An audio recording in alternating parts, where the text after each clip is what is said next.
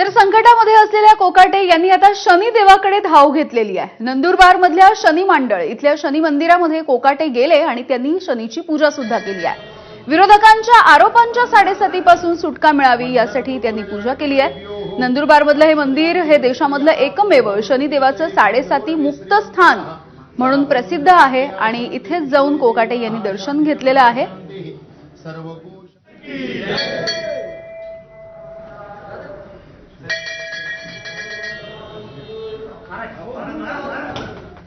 मी शनीश्वर महाराजांना पाहिलं, आपल्या सर्वांवरचा दुष्काळ निवारण हो, आपल्या सर्वांच्या आयुष्यातली साडेसाती नष्ट हो आणि आपल्याला अत्यंत चांगले दिवस प्राप्त हो अशी मी या ठिकाणी प्रार्थना केलेली आहे।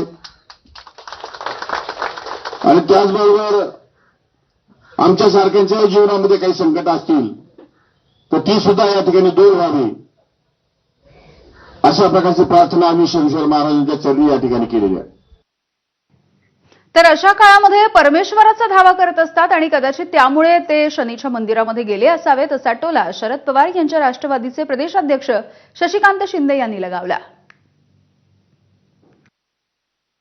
शेवटी त्यांनी परमेश्वराकडे, आता ह्या सरकारमधले अनेक मंत्री परमेश्वराचा धावा करतायत।